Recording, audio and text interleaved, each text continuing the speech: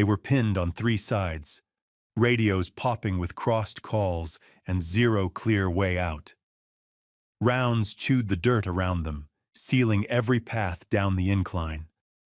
"We're boxed in," someone shouted. "We need air now." Air never showed. Then one rifle report snapped from the high ground. Sharp, steady, clearly friendly. One hostile dropped, then another. No voice, no call sign, just silence and bodies hitting dirt, one deliberate shot at a time. If you've ever watched calm accuracy keep people alive, that's the kind of respect it earns. The patrol moved into the ravine at first light, expecting light contact and quick movement through ground they'd rehearsed 3 times over. Instead, they stepped into a perfect kill zone, the kind taught in schools, the kind that ends careers or lives. Ridgelines towered on both sides, giving the enemy full visual control, overlapping fire lanes creating spaces where moving meant dying, pre-ranged choke points marked by brass flashing in the morning sun. This was planned. Someone had waited. An RPG blew behind them with a concussive punch that rang teeth and ears, sealing the rear with fire and falling rock. Rifle fire ripped from the right ridge immediately after, coordinated, disciplined, lethal. Then the left ridge joined in, crossfire turning the ravine floor into a shooting gallery. The Rangers dove for whatever cover existed, jagged stone, shallow washouts carved by floods, broken ground that hid shapes but stopped nothing. "Contact left," someone yelled. "Contact right," came back, already firing. "Taking fire from above." A third voice cut in, training strained by panic. The platoon leader tried to push a fire team uphill to gain an angle, but they were driven back at once by fire that anticipated every step. "We can't punch through," the team leader shouted over the chaos, blood streaking from a graze at his temple. One ranger took a round in the leg, spun with the impact, and went down. The medic hauled him behind a boulder, hands moving fast as rounds snapped overhead. "We're losing time," the lieutenant said through clenched teeth, watching ammo drop and casualties rise.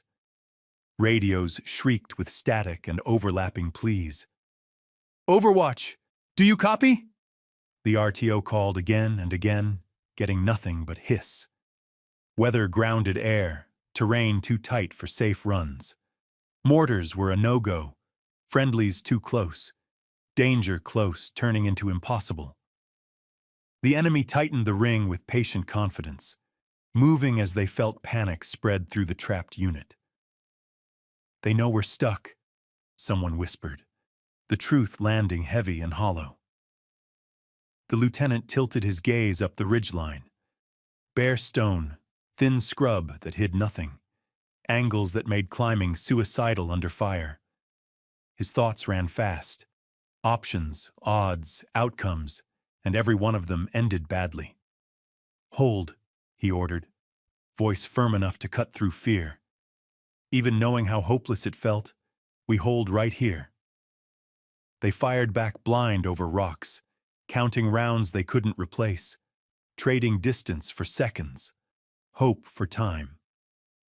The ravine rang with gunfire, loud, messy, desperate, the sound of people fighting math they couldn't beat.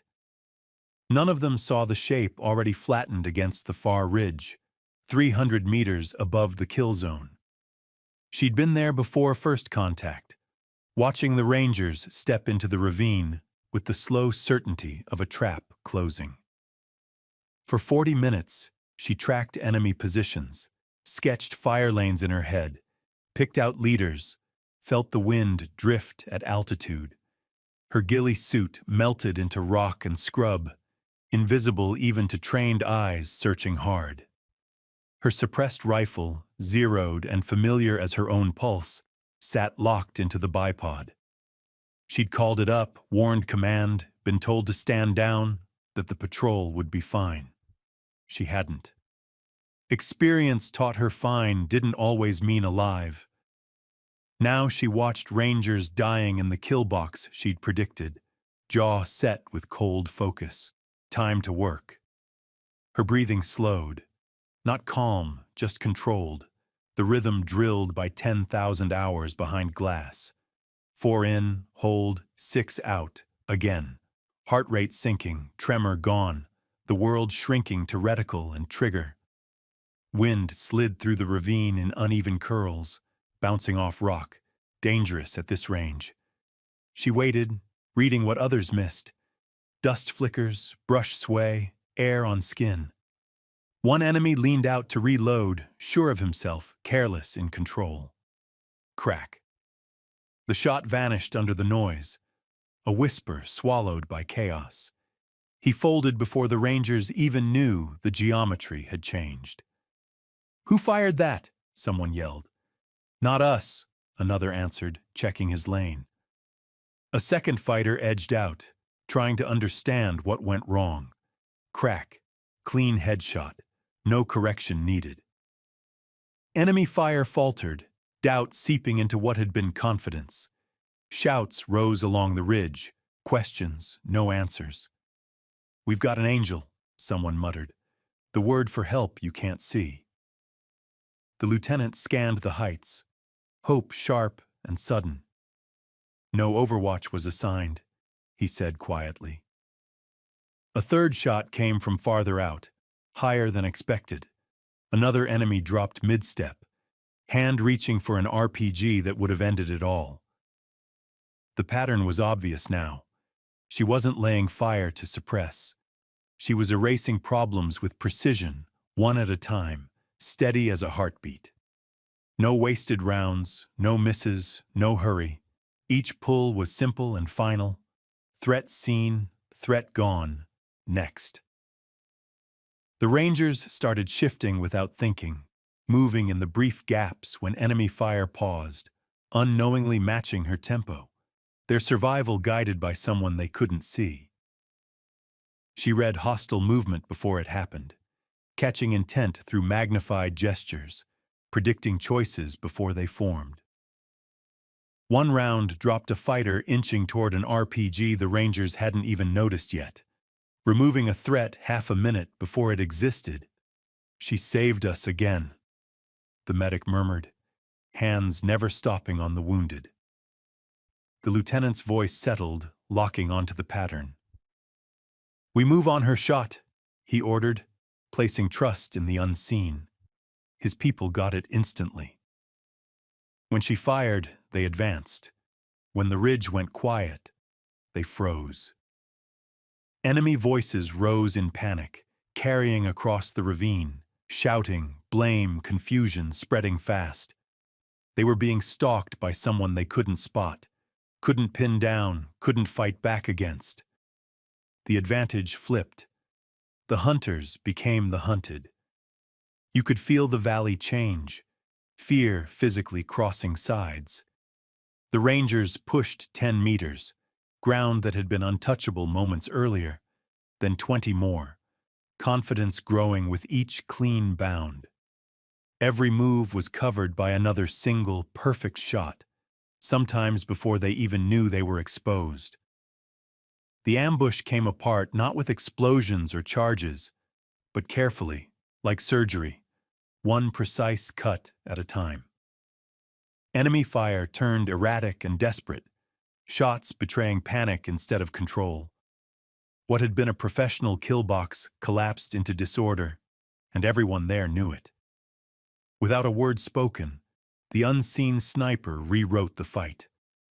The last enemy dropped near the north ridge, a clean head shot from a range none of the Rangers would have even considered, not even on their best day. 800 meters uphill, shifting wind, a moving target, an impossible shot made to look ordinary. Silence dropped over the ravine too fast, unnatural, like someone flipped a switch.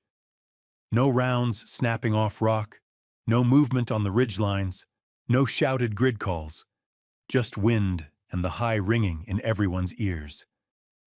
The lieutenant raised a fist. "Hold positions! Weapons up!" Time crawled. Minutes dragged by as they searched sectors, waiting for the second trap, the twist that never came. Then a figure rose from behind stone on the far ridge, lifting out of shadow like a ghost becoming real. Slim frame, ghillie cloak shedding bits of scrub, rifle slung with effortless familiarity.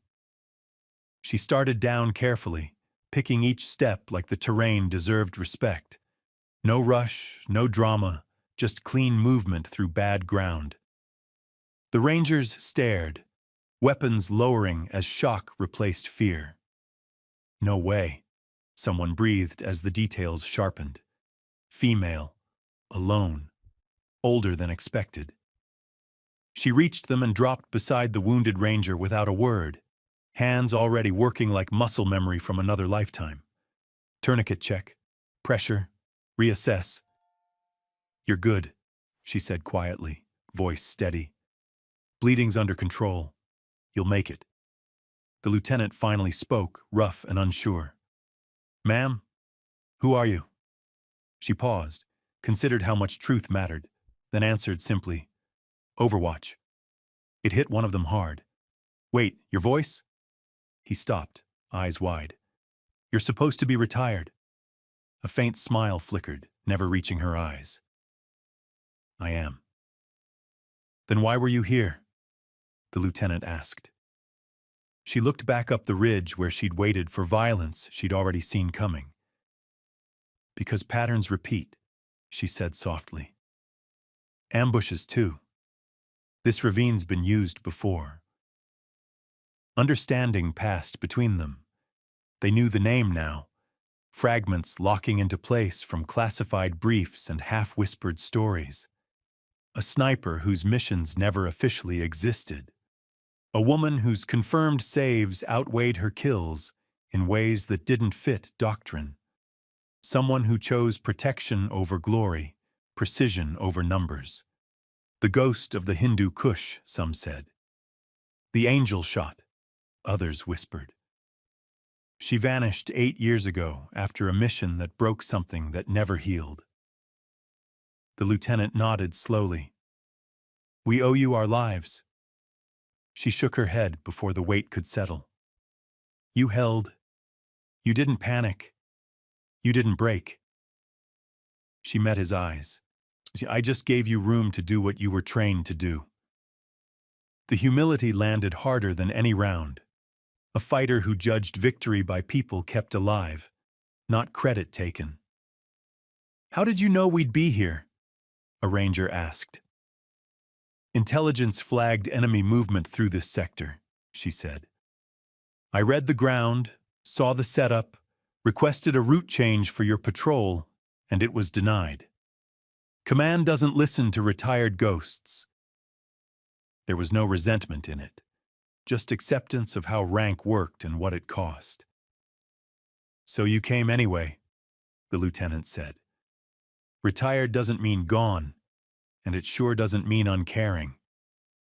She stood, checking her kit with smooth, practiced motions burned into muscle memory. "Your exfil's on the way.